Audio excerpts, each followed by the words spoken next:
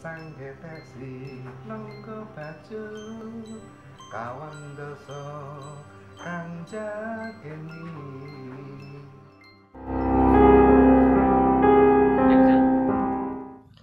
Selamat malam kerabat Nusantara. Assalamualaikum warahmatullahi wabarakatuh.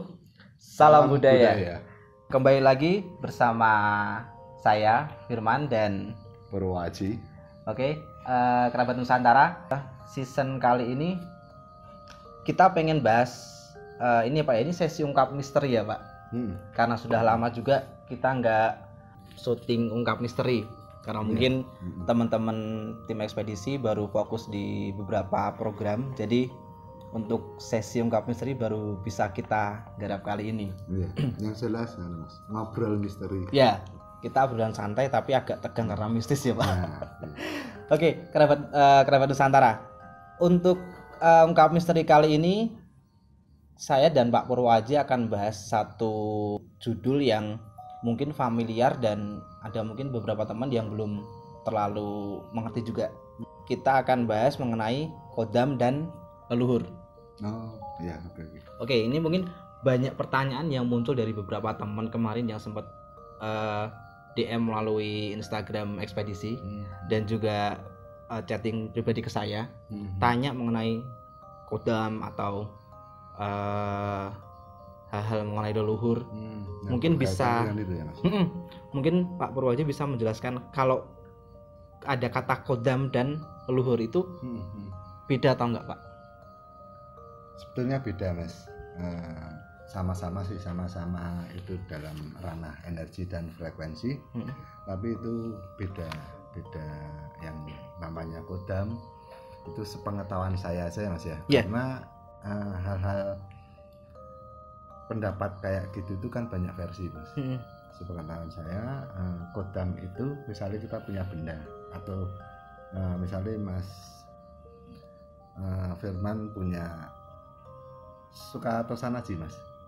Tosan aji itu benda pusaka ya? Misalnya kayak bentuk keris, tombak. Nah misalnya Mas Firman punya tosan aji berupa keris atau tombak atau apapun itu, kalau bendanya itu dirawat dengan baik, disayangi dengan baik, kalau dalam tata krama Jawanya diopeni, diminyai, dikembangi, dijamasi segala macam itu kan perwujudan sayang ke itunya Mas, ke bendanya itu. Karena perwujudan itu akan menghasilkan antara Mas Firman dengan bendanya itu bersinergi. Kalau sudah bersinergi seperti itu, bendanya itu sadar atau enggak sadar, Mas Firman sadar atau enggak sadar, itu ada ruhnya. Bukan ruh sebagai kita sebagai manusia ada ruh manusianya, enggak, tapi ada hubungannya itu, ada ruhnya itu, dia akan menjadi magnet untuk menarik frekuensi yang seirama dengan yang ada di benda itu. Jadi itu menjadi magnet dan itu akan ada energi yang masuk ya? makhluk yang masuk, yang itu akhirnya dinamakan kodam. Masalah masuknya endaknya itu atau yang masuk itu buruk atau endaknya itu tergantung dari tadi Mas Firman punya niat. Harus ada tata keramanya juga untuk ngopeni hal semacam itu, harus ada tata keramanya. Enggak asal itu namanya kan buka Mas. Enggak asal waton buka nanti sing dom mlebu kono sak karepe lah, itu kan bukan kesalahan yang masuk, tapi kesalahan kita bertata niat krama. Kita nggih. Kesalahan kita karena kurang pas untuk melakukan di saat menyayangi itu.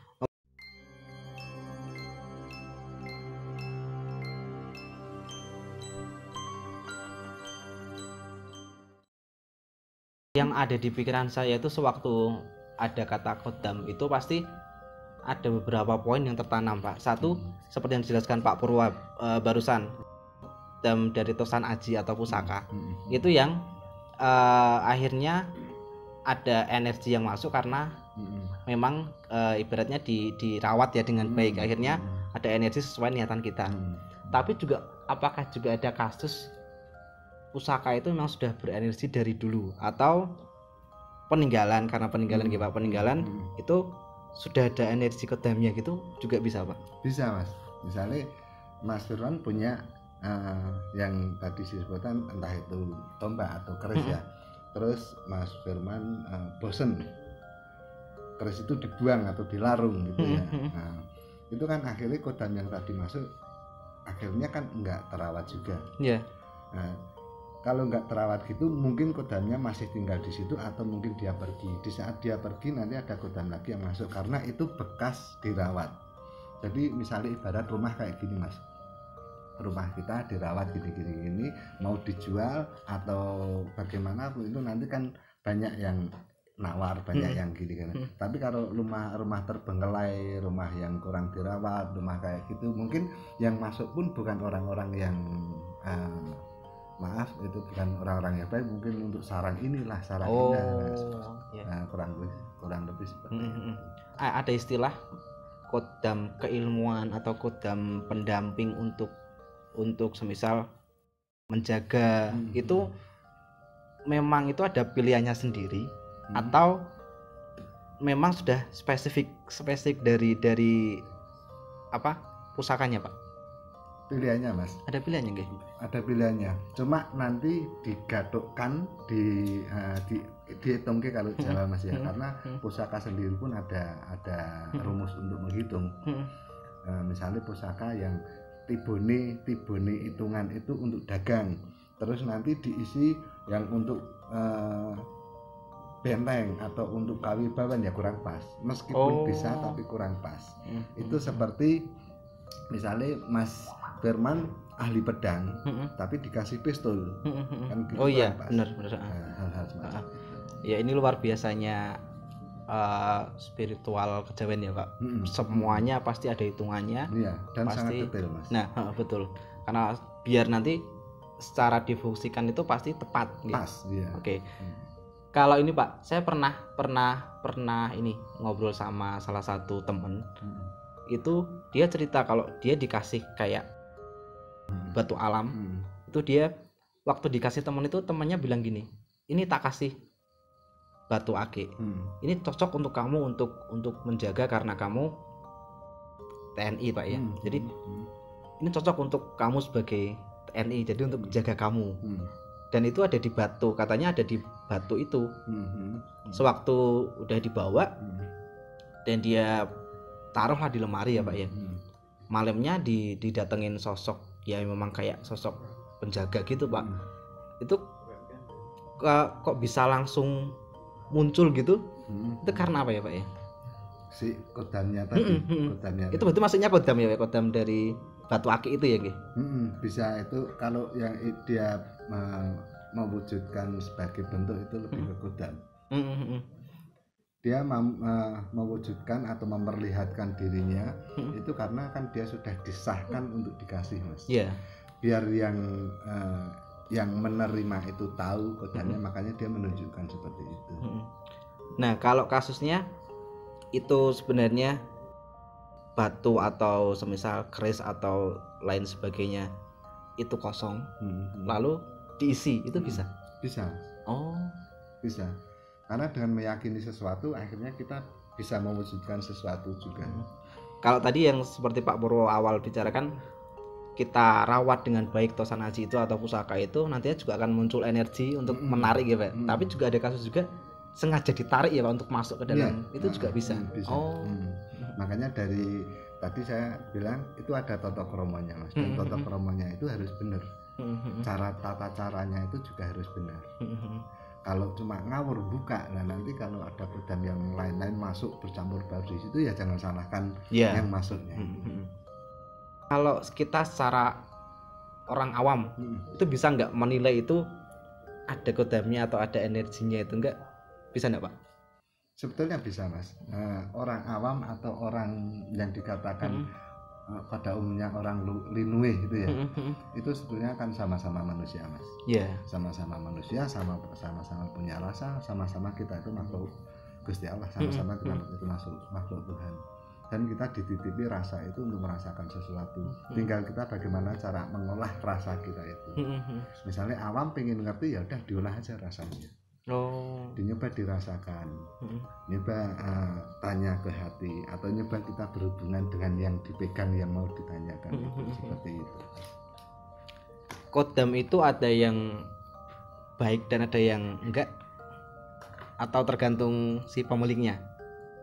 Kalau bicara kodam yang ranah kita bicarakan tadi, itu tetap ada yang baik, ada yang enggak. Seperti tadi saya bilang, kalau kita cuma buka tapi kita tidak tahu tata caranya, jadinya, itu masih misalnya ada efek yang buruk masuk, ya jangan disalahkan. Karena emang tata caranya sudah keliru ya Pak. Oke Pak Purwo, kalau untuk kodam atau tosan aji atau pusaka yang sudah berkodam, itu kalau misal mau dilepaskan kodamnya itu bisa atau enggak, dan apakah juga akan nantinya setelah dilepas itu akan berpengaruh dengan si yang punya? Kalau berpengaruh Mas, itu kembali lagi ke tata cara Mas. Tata cara kita membuka atau tata cara kita menutup kan semua ada. Kalau semuanya tinggal waton gua iki mau tak lebokke terus baru digua, ya wajar kalau mereka marah. Ya. Oke Pak Purwo, mungkin kalau untuk kodam, bicara kodam banyak sekali jenisnya ya Pak ya. Dari mungkin bentuk ini atau jenis ini pasti banyak. Apakah juga ada yang bentuk hewan seperti mungkin hewan yang nggak umum misalnya Pak? Kalau singa yang biasa kan ya seperti itu, tapi kalau di unsur metafisik atau yang narahnya ke kodam, apakah berbeda bentuknya atau ada?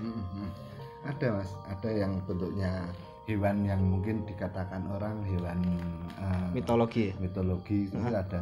Cuma masalah seperti itu, masalah bentuk itu masalah penerjemahan kita Mas. Misalnya jangan punya ake gitu aja ya, batu itu kodam dia harimau, padahal harimau bukan harimau dari dimensi kita, tapi dari dimensi mereka.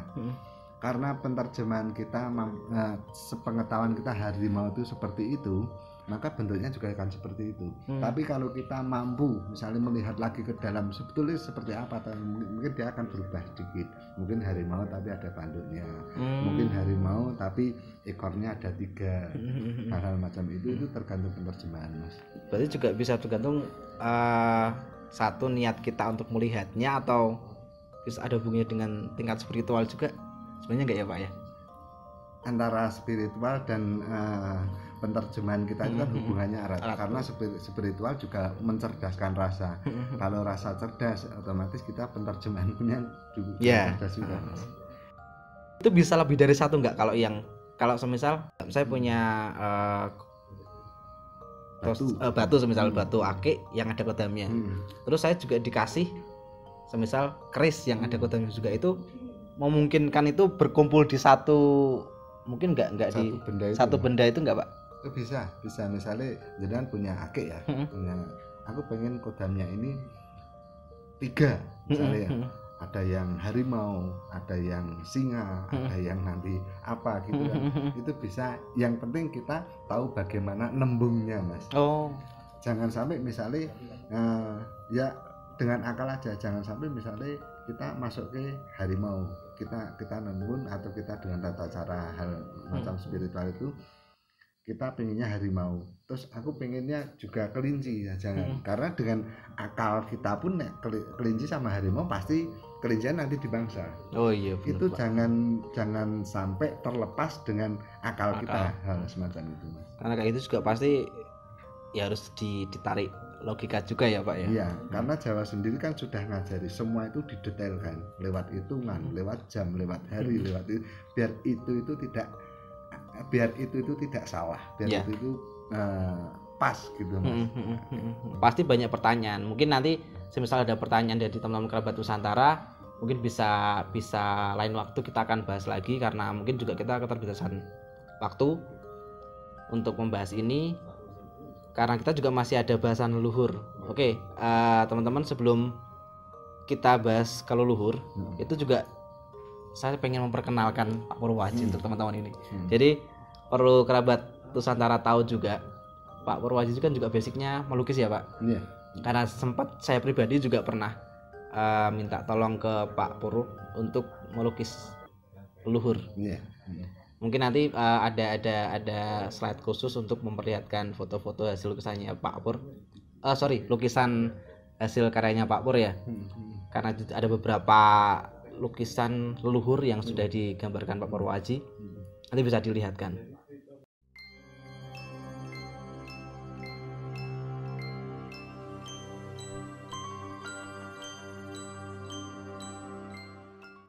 Pak Purwaji, kalau untuk ranah leluhur itu mungkin lebih tinggi dari kodam ya Pak, atau saya harus mengartikannya seperti apa Pak untuk leluhur khusus itu Pak? Nah, untuk tinggi atau endaknya kita nggak bisa diukur ya, nggak bisa ini tinggi yang mana itu nggak bisa ukur, karena bisa saja kodam itu juga yang benar-benar udah tua, sangat tua itu bisa saja, sedangkan leluhur kita di bawah itu juga bisa saja. Tapi intinya kita membedakan ranah kita, ranah sebagai manusia itu makhluk yang paling sempurna, itu menurut saya yang paling tinggi derajat itu adalah manusia. Pak Purwaji, untuk leluhur sendiri, kalau untuk leluhur itu apakah bisa didefinisikan sebagai kodam juga? Tergantung penyebutannya. Tapi saya lebih senang kalau kodam itu seperti yang kita bahas tadi. Kalau leluhur ya kita bicara sendiri. Cuma leluhur sendiri juga punya kodam pastinya mungkin Pak Agi. Ya mungkin semasa beliau hidup, semasa beliau dia juga senang hal-hal semacam itu, bisa saja punya kodam. Ini contoh yang paling dekat itu saya sendiri mungkin kerabat Nusantara. Jadi saya contoh yang mungkin nggak baik dicontoh, karena pada akhirnya saya mengakui ternyata sebelum bertemu dengan Pak Purwaji saya belum tersadar pentingnya untuk merawat silsilah atau mungkin mendoakan para leluhur. Seperti contoh kecil mungkin mendoakan beliau yang sudah meninggal. Ternyata itu penting banget untuk merawat ini ya Pak ya, benang-benang yang jangan terputus. Yang jarang mendoakan leluhurnya. Dengan orang yang terbiasa mendoakan, apakah untuk efek kehidupannya berbeda Pak? Menurut saya berbeda Mas. Karena yang jelas kita mendoakan leluhur berarti udah kita menghubungkan diri kita dengan benang yang tidak kelihatan dengan garis keturunan kita. Kita dalam beragama pun diajarkan kalau kita itu harus sewaktu-waktu kita harus memuji Kanjeng Nabi Muhammad, karena kita karena itu kita diajarkan itu. Kita diajarkan juga untuk selalu mendoakan ibu kita. Kita diajarkan untuk mengirim doa dengan leluhur. Ajaran-ajaran itu kan bukan cuma ajaran, tapi ada sesuatu di balik beliau yang para leluhur dulu menyarankan aja lali karo leluhur, dengan leluhur itu di balik itu pasti ada sesuatu yang sangat penting di situ. Itu kita lihat bentuknya saja Mas, itu seperti itu. Kalau dilihat lebih kemananya itu, yaitu tadi biar tidak memutus benang itu ya. Leluhur. Untuk leluhur sendiri Pak Purwaji, itu kalau misalkan udah ranahnya kita ngomong leluhur, pasti saya pribadi juga akan menganggap itu salah satu hal yang positif ya Pak ya. Karena leluhur zaman dahulu yang masih sampai sekarang menjaga kita walaupun kita nggak bisa melihat, itu pasti mereka tanpa kita ketahui bisa membantu kita dalam kehidupan. Tapi yang pengen saya tanyakan itu kalau semisal yang hubungannya dengan metafisika Pak Purwaji, semisal kita dalam keadaan bahaya, apakah juga walaupun kita nggak melihat, mungkin yang sepenglihatan Pak Pur, apakah mereka juga bisa membantu? Semisal kita kebentur dengan tempat-tempat yang mistis, semisal kita ada dalam keadaan bahaya dalam tanda kutip, akan ada gangguan makhluk astral, apakah leluhur juga bisa datang di situ?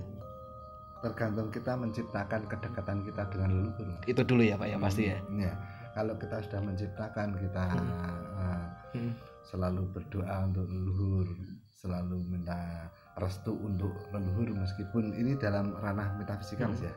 Nah, nanti akan ada energi sendiri untuk membantu. Bantuan leluhur itu bukan fisik Mas, tapi bantuan misalnya jenengan mau lewat ke sini, ternyata di situ tuh sebetulnya bahaya.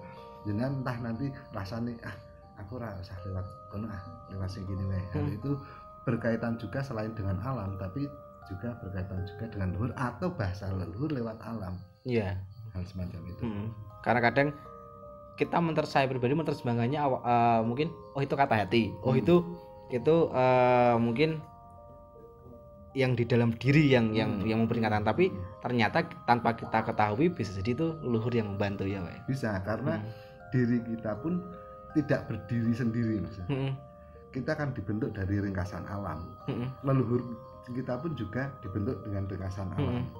Mungkin bahasa leluhur lewat alam masuk ke hati jenengan. Kan nggak mungkin leluhur langsung jedul gitu, langsung berwujud. Jangan lewat situ kan nggak mungkin. Karena bahasa mereka bahasa energi, bahasa frekuensi. Mereka masuk dulu ke getaran jenengan, baru di situ getaran itu diteng gitu, baru jenengan bisa terjemahkan. Rasanya rapi nak lewat kono, tak lewat gini nih. Ya, betul. Leluhur zaman dulu pun juga pasti juga mereka berbeda-beda. Ini kan ya mungkin profesi ya. Ada yang mungkin dulu di keraton, ada yang dulu ya cuma sesepuh biasa, atau ada yang sampai punya urutan leluhur itu zaman-zaman kerajaan Majapahit dan macam-macam. Apakah akan juga berpengaruh dengan generasi yang sekarang dalam hal spiritual? Semisal ada satu orang yang mempunyai silsilah leluhurnya itu adalah dari Majapahit atau dari Mataram Islam, dengan yang hanya mungkin ibaratnya profesinya hanya di keraton atau hanya di mungkin sesepuh biasa gitu. Apakah untuk generasi sekarang atau di cucu-cucunya yang sekarang itu juga akan terpengaruh dengan profesinya yang lama, profesi leluhurnya maksudnya dalam hal spiritual? Oh, belum tentu Mas. Itu spiritual kan itu jalan Mas ya. Jalan yang jenengan tanyake misalnya leluhur dulu itu orang pintar, terus sekarang orang biasa, apakah yang kita sebagai orang biasa itu nanti akan menjadi orang spiritual gitu? Ya, maksudnya gitu. Belum tentu Mas. Karena kita itu yang memimpin kita. Sedang frekuensi atau yang tadi namanya kodam atau leluhur itu kan cuma di bawah kita itu berwujud energi Mas ya. Berwujud energi, berwujud frekuensi. Kalau kita tidak tertarik dengan, katakanlah yang leluhur kita itu seorang yang mumpuni, tapi kita tidak tertarik dengan hal semacam kemumpuninya leluhur itu, ya itu cuma energi aja yang mengelilingi. Tapi kalau kita merespon dengan getaran semacam itu, kayaknya leluhur gue rasanya kok aku iso terjemahke kok itu mumpuni. Aku tak nyoba belajar untuk yang seperti leluhur, kemungkinan itu bisa akan lebih mudah tertuntun itu daripada yang tidak seperti itu. Berarti mungkin kalau misalkan yang tadinya leluhurnya itu adalah orang-orang yang memang berkecimpung di dalam spiritual, terus nanti cucunya juga pengen bergerak di sana, mungkin akan lebih mulus ya Pak ya. Lebih dimudahkan, dibantu seperti kasus seperti ini Mas. Banyak misalnya pejabat-pejabat atau pemimpin-pemimpin dia mencari pegangan yang dulu dipegang orang penting juga. Zaman keraton, zaman ini, zaman dulu dipegang orang penting. Karena apa? Itu biar kepemimpinannya dia itu bersinergi dengan pegangan yang dulu dia bawa.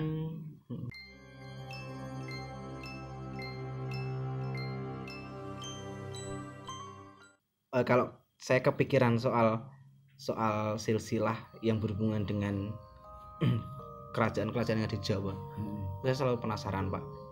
Nggak tahu ini nantinya akan layak dibahas atau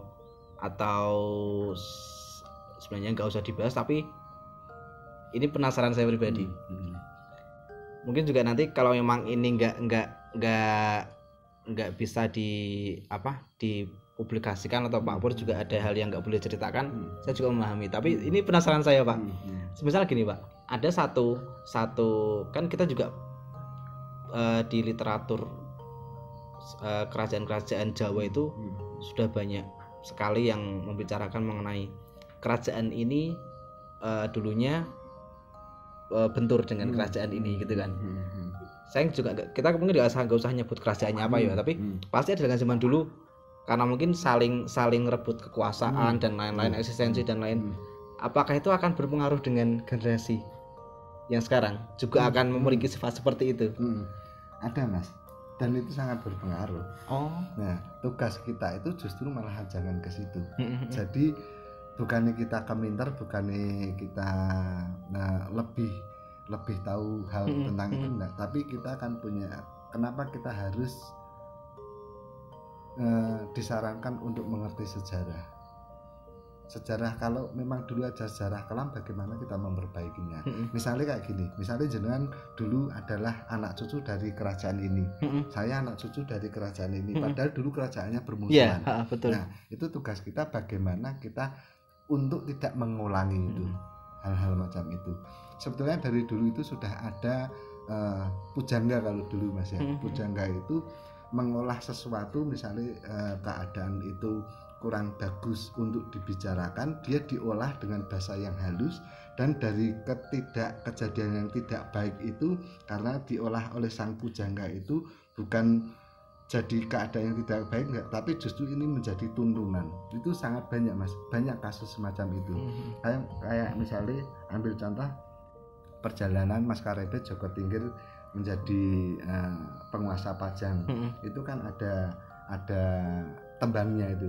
Nah, itu kan sebetulnya perjalanan Maskarepet yang diolah si pujangga itu, padahal perjalanan ini perjalanan kurang menyenangkan, perjalanan yang kemungkinan tidak usah dibicarakan, tapi diolah oleh sang pujangga itu, dan dari sang pujangga itu justru lagu itu menjadi tuntunan.